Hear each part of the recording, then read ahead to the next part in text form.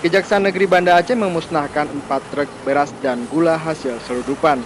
Sekitar 18 ton lebih beras dan gula asal Thailand ini sebelumnya ditangkap petugas bea dan cukai di Pelabuhan Ulele, Banda Aceh karena tidak mengantongi izin.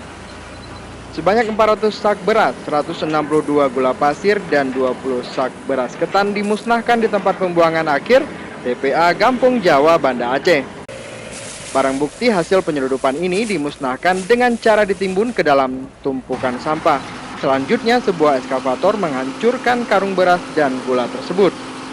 Menurut Kepala Kejaksaan Negeri Banda Aceh Husni Tamrin, beras dan gula yang dimusnahkan tersebut masuk secara ilegal dari Pulau W Sabang ke Banda Aceh melalui Pelabuhan Ulelia.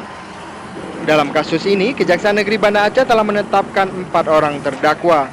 Mereka masing-masing divonis 1 sampai 2 tahun penjara. Proses eksekusi barang ilegal tersebut juga melibatkan perwakilan Bea Cukai, perwakilan Pengadilan Negeri Banda Aceh, dan Kapolresta Banda Aceh. Dari Banda Aceh, Hendra Saputra melaporkan untuk Aceh Video.